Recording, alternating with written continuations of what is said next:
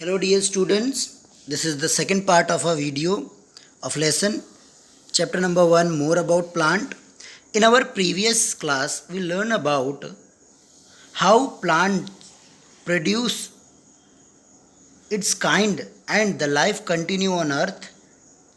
What are the different ways through seed or through different parts of plants. We also come to know the meaning of cotyledon, dicotyledon. Also, we learn the germination of seeds. Now, we shall discuss here about seed dispersal. Seed dispersal का मतलब होता है कि जो भी seeds होते हैं, आपने देखा होगा कभी हवा के माध्यम से, कभी बरसात आई या पानी के माध्यम से, या तो फिर एक एनिमल दूसरे सीड को कहीं दूसरी जगह ले जाता है। तो ये यानी कि सीड कैसे अपना जो पेरेंट प्लांट है, यानी कि जो पेरेंट प्लांट जहाँ से वो सीड जन्मता है, कैसे उससे दूर चला जाता है इन डिफरेंट वेज से। और वो क्यों ऐसा होता है बच्चों? क्योंकि हमें पता है कि अगर जहाँ पेरेंट प्लांट है वहीं पे आसपास अगर सीड गिरेंगे तो जो बेबी प्लांट है वो ग्रो नहीं हो पाएगा, उसको सेम एट टेम्परेचर, वाटर, वो सब नहीं मिल पाएगा।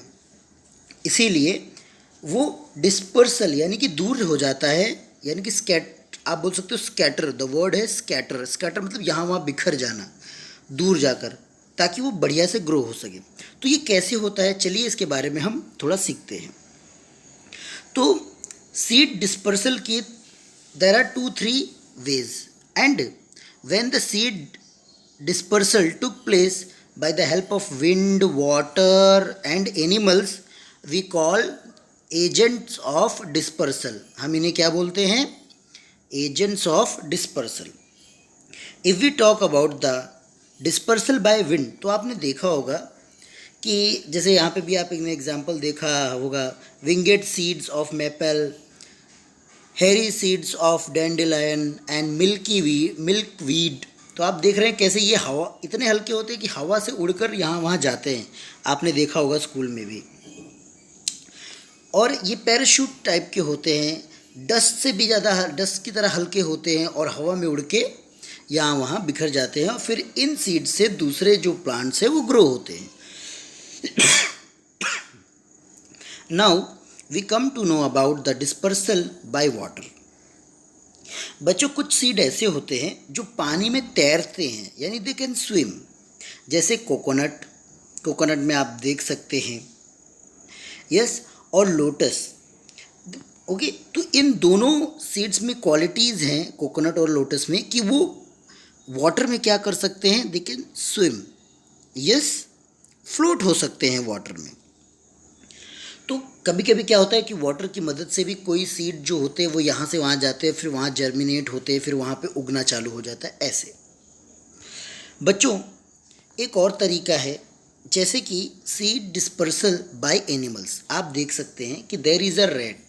अब ये देखिए कुछ खा रहा है, खाने के बाद हो सकता है इसके हेयर में या इसके मुंह में कोई सीड चिपक जाए या कहीं और जाए, और वहाँ पे वो सीड क्ले या सॉइल में गिर जाए, तो क्या होगा, सीड वहाँ जर्मिनेट होना चालू हो जाएगा। कभी कभी तो ऐसा भी होता है कि एनिमल सीड्स खा भी लेते हैं, तो उनका जो वेस्ट होता है, जो निकलता है, वहाँ से भी, जहाँ वो वेस्ट करते हैं वहाँ पे भी आप देखेंगे कि सीड जो है जर्मिनेट होना चालू हो गया।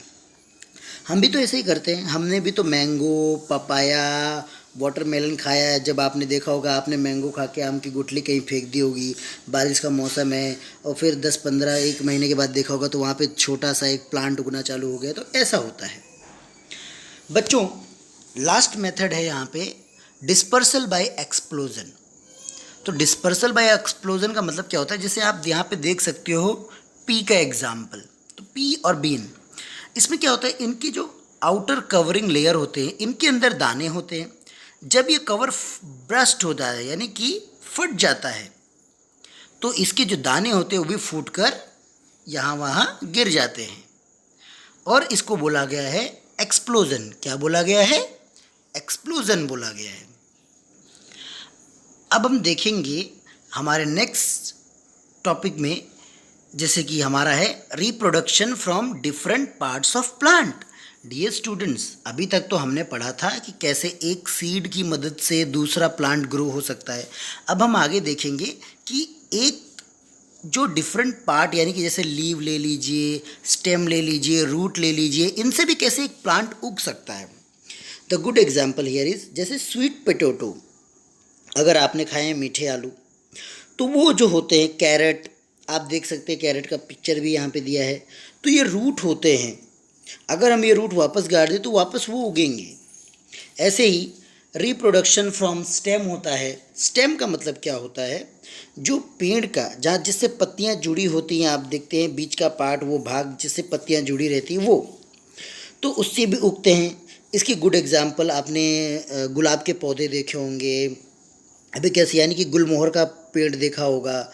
आप उनकी डाल काट के लाते हो, कहीं पे भी लगा देते हो और वो उग जाते हैं। पर क्या सेम ये पॉसिबल तुलसी के पौधे के साथ? नहीं, उसको तो आपको पूरे बीज या तो फिर पूरे जड़ के सहित लगाना पड़ता है। ऐसा मनी प्लांट आप सबके घर में होगा, आपने देखा होगा। मनी प्लांट का एक छोटा स्टेम आप लेके आते हैं, लगा देते हैं कहीं से भी तोड़ के, तो वो ग्रो होना चालू हो जाता है। पोटैटो है, यस, ऑनियन है, यस, जिंजर है यानी कि अदरक है। तो ये सारी जो चीज़ें हैं, ये सारी चीज़ें जो हैं वो स्टेम के माध्यम से ग्रो होते हैं। यस, यहाँ पे आपको एक दिया गया है कि onion and garlic plants have underground stem called bulbs. आप देख सकते हैं कि जो पोटैटो होते हैं, ऑनियन होते हैं, गार्लिक होते हैं, उनके अंदर स्टेम होते हैं, यानी वो ज़मीन के अंदर उनके स्टेम होते हैं। ठीक है, तो उसको हम क्या बोलते हैं, उस समय उस स्टेम को क्या बोलते हैं? बल्ब्स। क्या बोलते हैं? बल्ब्स। यानी कि स्टेम जब अंडरग्राउंड हो तो बल्ब बोलते हैं, बाहर हो तो स्टेम बोलते ही हैं। Okay, can you see dear students, here activity is given. Yes, I request all my students कि आप भी एक छोटे से पॉट में एक सीड के साथ एक्सपेरिमेंट करके देखिए अपने घर में, और फिर अपना एक्सपीरियंस मुझे शेयर करें। Thank you.